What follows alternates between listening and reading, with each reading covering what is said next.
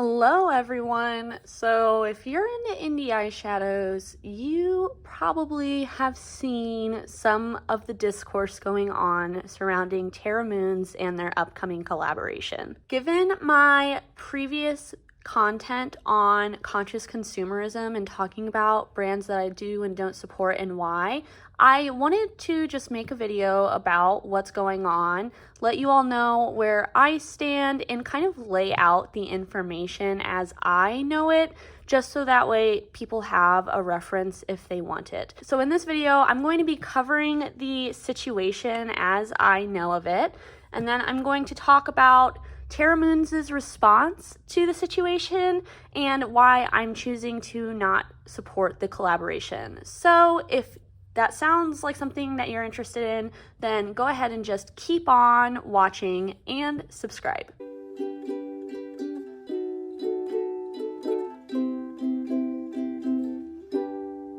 All right, so before we get into the situation, I just want to make a disclaimer, just in case you haven't seen my previous video on conscious consumerism.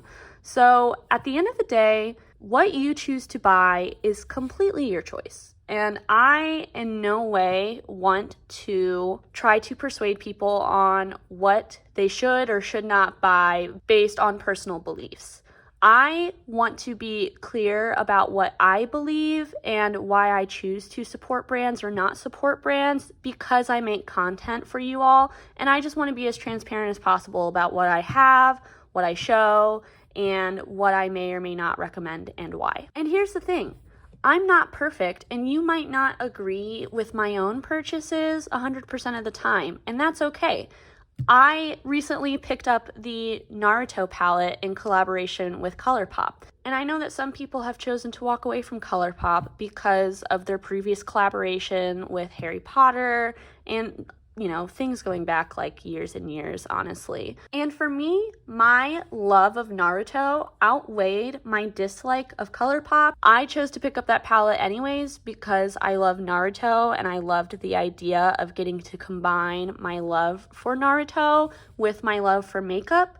But you might not agree with that choice, and that's okay. And I'm using that as an example just to show, like, this is all so personal, and I'm not trying to impose anything on anyone at any point. With that disclaimer out of the way, let's just talk about what happened.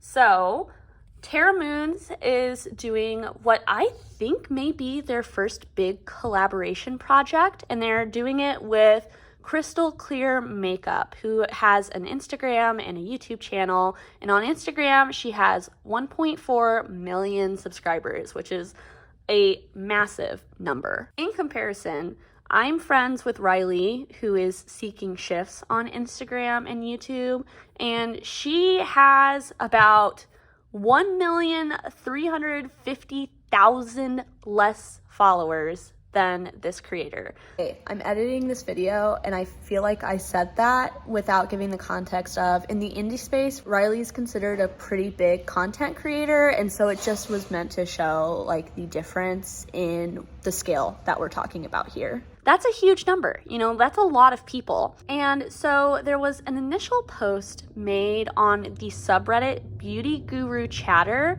about the collaboration, and I think that in the comments, some people were upset about this collaboration just because they felt like Krystal didn't have a clear connection with the brand's aesthetic, and the indie makeup community at large. And I want to say, I can totally understand that frustration.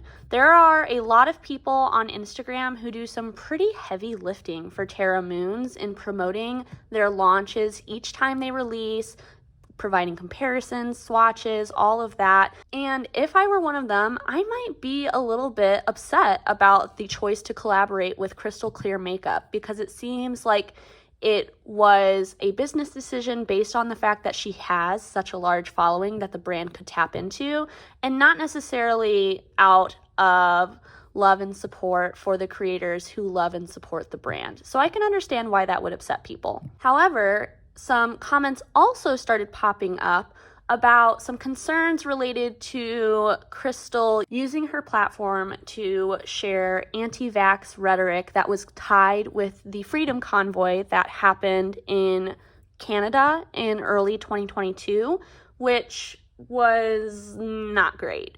I'll leave information about the Freedom Convoy down below if you want to see why it was rooted in some really problematic stuff. But for the sake of this situation, just know that there were some allegations that she was tied with that group in promoting their sentiments. Now, when this post initially came out, I missed it. I'm on Reddit pretty regularly, but I just kind of scroll my homepage and I follow an absolute insane amount of subreddits. So I just didn't happen to see that post. I did have a friend reach out to me and say that they had seen some stuff and they weren't sure about it. And I was like, oh, I should look into that. And honestly, life happened and I just didn't. But then my friend Jen reached out to me, aka Dreaming in Multichrome on Instagram. And she had really liked my previous video on conscious consumerism, and she wanted to share a video that she had made with me and, asked me for my feedback. And I have her video linked below so you can see it, but I watched it before she made it public.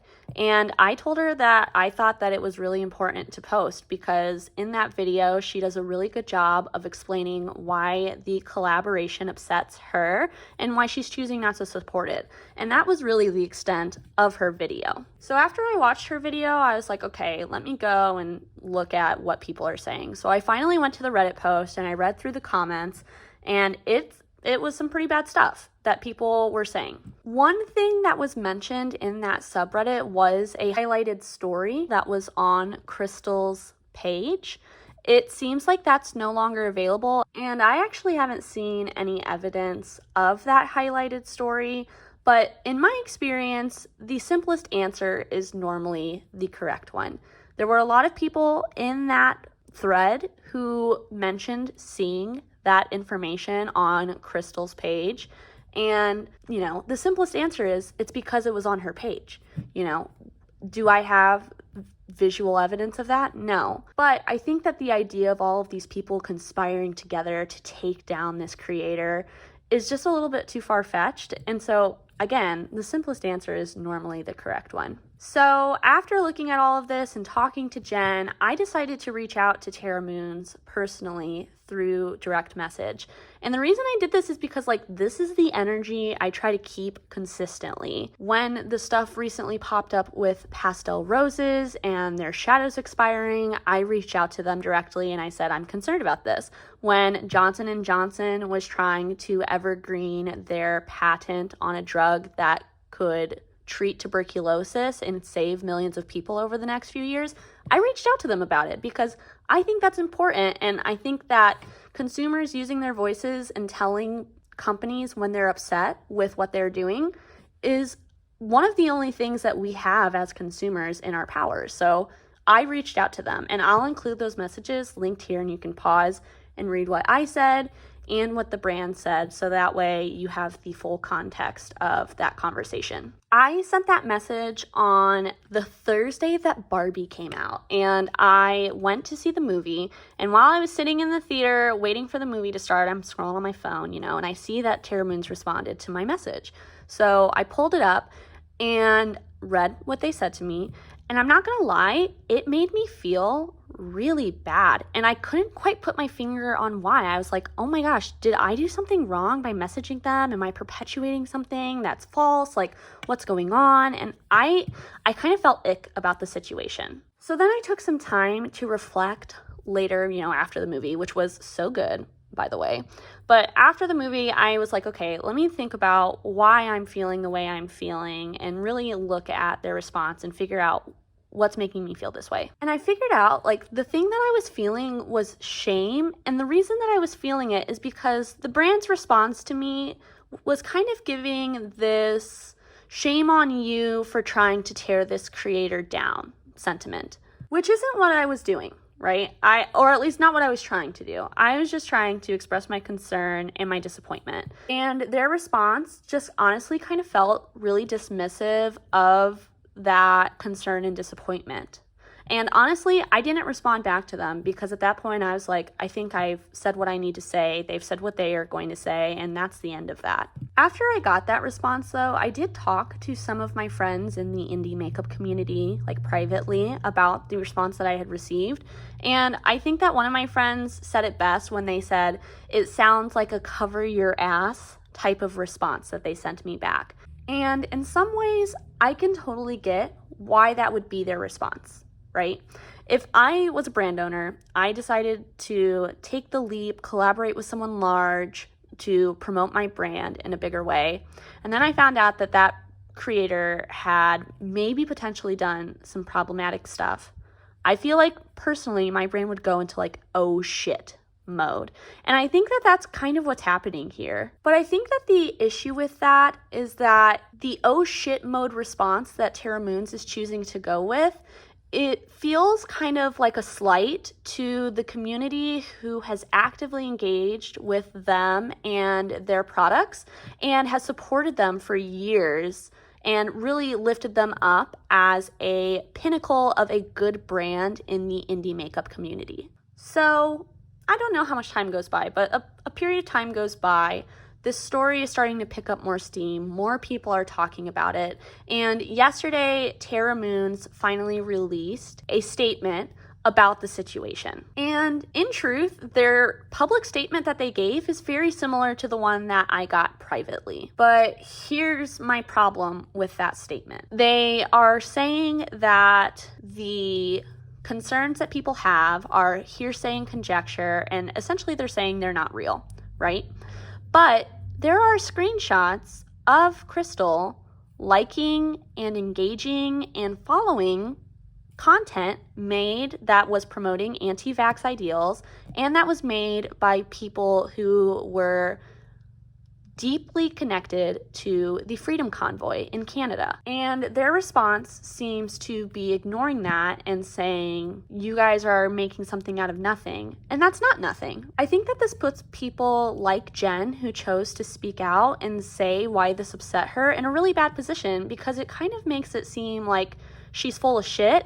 And she's totally not. If you go watch her video, the concerns that she brings up are very valid and they're very personal, and she's allowed to feel that way. And I think that what I was hoping to see from the brand as a response was simply something like, we saw what made you upset, and we're sorry that it made you feel that way. Like, that's all it really needed to be. They didn't need to say, you know, we're not going to cancel this collaboration with Krystal or anything like that, you know. I understand that they probably have a huge financial investment in this, and that might not be a feasible option for them. But I feel like where they could have chosen something better was just to acknowledge why people felt that way and that they didn't mean to cause harm. I also feel like they kind of tried to cherry pick some of the most extreme examples of why people were upset and use that as the rationale for why everyone was upset. And I think that that was kind of done on bad faith. In their response, and Krystal Clear Makeup's response to these allegations, she brought up a very personal story about her son and his experience with a vaccine reaction when he was an infant. And I am not a parent. I could not possibly understand what it is like to be in a situation like that. But I guarantee it was scary, and I guarantee it was traumatic, and it left her and her family questioning whether vaccines were right for them. But I think that an important detail in that story is something that came up in the comments of Krystal's post on Instagram. She mentioned that after her child had that reaction, her doctors said that they thought that he should get another vaccination to try to ensure that he was fully vaccinated against MMR. And he did get another vaccination, according to Krystal, and there were no complications, which is a great thing to hear. And I think that that's a really important point, right, in this story, because the fact is that reactions to vaccinations are a fluke. That is not the norm. Most people react fine to vaccinations, and vaccinations are really important for public health. And in the same way that Krystal had this personal experience that affected her and her outlook, a lot of Terra Moon's customers had experiences during the pandemic that affected them negatively. And specifically, Jen talked about in her video being a nurse during the pandemic and how frustrating it was to see people broadly saying that people shouldn't get the vaccine when that wasn't true. People should get the vaccine because it keeps people safe. The fact is that the reason that people needed to get the vaccine when it came out is really closely tied with Krystal's story, and it's because there are people who genuinely cannot get vaccines, and vaccines work the best when the most people get them. That's how immunity works. And so for the sake of people who cannot get the vaccine, if you could get the vaccine, it was a really important thing to make sure you were getting the vaccine to protect other people. And when misinformation and disinformation, meaning that the information is purposefully dishonest, is spread, it is really harmful because it makes people question who could get the vaccine whether or not they should get the vaccine. And the fact is that just like I can't understand Krystal's experience with her child and how traumatic and scary that must have been, I also can't begin to fathom what it must have been like to be a nurse during the pandemic. One of my closest friends in my personal life is an ICU nurse, and I saw how the pandemic affected her, and it was hard. When I was a teacher, I worked with students, and you do what you can and you do everything that you can, but sometimes it's not enough, and it's really hard to detach from that. It's really hard not to take that home. And when what you're dealing with is the difference between literal life and death, that is hard to detach from, and it's hard to not carry with you.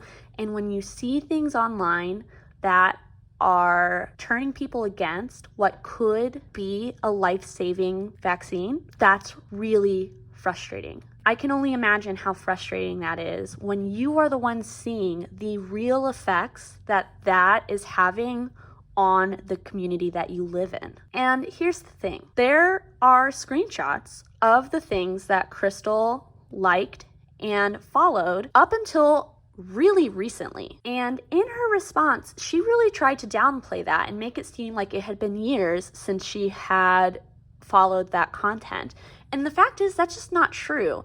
And I think that's why people are really upset with Terra Moons and Krystal Clear Makeup and their response, is because we have two eyes.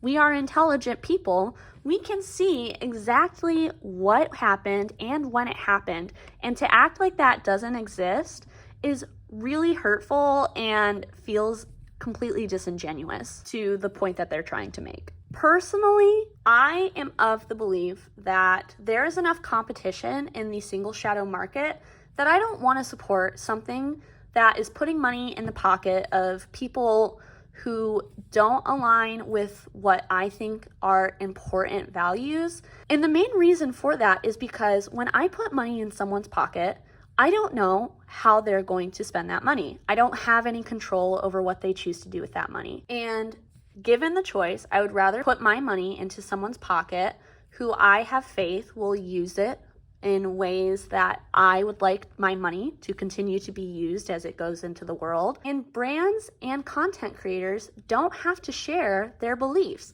In that case, I don't know what I'm buying, and I try my best, and that's all I can do. And in the end, what someone believes is totally personal, and I don't always know what those beliefs are. But when I do know what they are, I feel like I try to take that into account when I'm deciding who to purchase from and what to purchase. So for me, seeing the fact that Krystal clearly engaged with this content and found it important enough to be actively following it is all I need to know that that's someone I don't really want to give money to. And earlier in this video, I mentioned keeping the same energy. And I think that is the thing that has really been the most disheartening for me watching all of this play out. Because a few years ago, I think this was 2021 when this happened, the Black-owned indie brand JD Glow got caught liking and commenting on posts that were anti-choice. And it felt like the indie community as a whole came together really quickly and basically blacklisted JD Glow and decided that they didn't want to support JD Glow, and it was explicitly because they had used their account to like posts about being anti-choice. And to me, I see a very clear similarity between what happened there and what's happening now with Terra Moons and KCM. But the response from the indie community has been different. Whereas before with JD Glow, everyone was quick to say enough's enough, like we don't want to support you. Now people are like, well, I don't know, Terra Moons, they're a great brand and I don't think they really believe that. And it just feels like there is an awkward underlying potential implicit bias with why people were willing to cancel JD Glow so quickly, but are not willing to cancel Terra Moons and this collaboration in the same way. And the situation with JD Glow and the underlying race implications of that situation have been something that I have been thinking about for a few months at this point, ever since I made that first conscious consumerism video, because someone pointed that out to me in a conversation on Reddit under a post that I made in preparation for that video, and it stuck with me. And so seeing this play out now as it is playing out, it really does make me uncomfortable to see the contrast between these two. And I am someone that recognizes that I come from a place of implicit privilege based on the color of my skin and a variety of other factors. Like, I'm middle class, I am heterosexual, I am a cis woman. Like, all of those come with a set of privileges, and I try as often as possible to check any implicit biases that I have and ensure that my privilege is not affecting the way that I'm making choices, especially when it comes to being consistent. And so really, that's kind of where the situation with Terra Moons is, as far as I know, and like all of the stuff that I've seen. And that's why I don't feel comfortable supporting the collaboration. And after Terra Moon's response, kind of trying to minimize the hurt that people felt, I don't really want to support Terra Moons right now. But like I said before, I recognize Terra Moons is probably in a really shitty situation. Because like I said before, the simple answer is probably the most realistic. And I would like to think that Terra Moons genuinely didn't know that KCM was engaging with and following this content. And so the same way that I would be willing to consider shopping from JD Glow again if they came out, apologized for the hurt that they caused, and made clear steps to make it better, I would be willing to consider purchasing from Terra Moons again if they do the same exact thing. And there is a chance that maybe they will, right? There's a chance that maybe they do feel the way that people like Jen feel behind the scenes, but because of contracts and all of that, they just aren't able to say it. And I'm really hopeful that that is the case, and I will be waiting and hoping that someday we get that acknowledgement from Terra Moons with just a simple acknowledgement that people were hurt and an apology for those people feeling hurt. That's really all I want, and I don't think that's too hard to do. The fact is, we are all people on this earth trying to figure our shit out together, and it's hard. It's not easy, but sometimes figuring your shit out is acknowledging that you fucked up. That's something that I always try to hold myself to. I will be the first to say if I fucked up and apologize and try to learn and grow from that situation. And it's the same thing I want from other people who are also trying to figure their shit out on this earth. And honestly, that's kind of all I have to say on this topic. I want to note, I don't want to be a drama channel. I kind of feel like on this particular topic, I felt a little obligated to speak on this. One, to support Jen, because I think Jen has been getting dragged through it, and I don't think that's fair. If you watch her video, nothing about what she said was trying to persuade anyone. She was just simply sharing how she felt, and that is okay. She is allowed to do that the same way that KCM is allowed to share her anti-vax sentiments, and I am allowed to disagree with that and not want to support her. because of that. The other reason I kind of felt obligated to do this video is because I have so recently talked about conscious consumerism, and I just felt like I didn't want you all to think I don't care about this, and so I just wanted to put a video out here, one, to be hopefully helpful for you all with deciding whether or not this is a collab you feel comfortable purchasing from, and two, because like I said, gotta keep the same energy. We can talk about this in the comments. You guys are more than welcome to share your thoughts on this whole situation, and I will totally engage with that. And if you are a member for my channel and you've subscribed to my membership, this can be something that we talk about in greater detail on Monday during my first live stream if you want. But if you guys don't want to, we definitely don't have to. I will say though, aside from this, I am really excited about the content that I have coming up for the foreseeable future.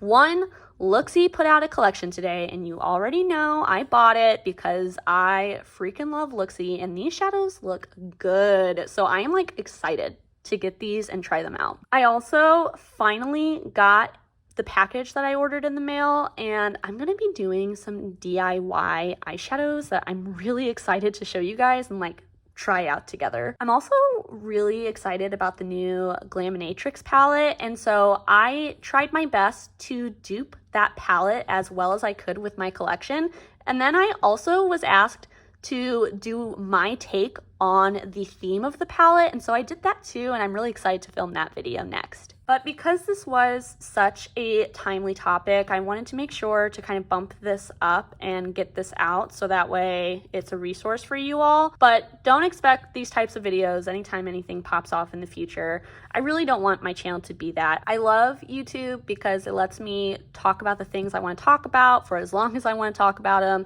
and kind of be creative and inventive with what I choose to talk about. And this just honestly isn't my cup of tea. I don't like this type of stuff. So I hope that you all are cool with the content that I have coming up. Be sure to subscribe if you don't want to miss it. And if you want to get the chance to hang out and chill together and build palettes together and do makeup together, I did start a membership. It's $1.99 a month.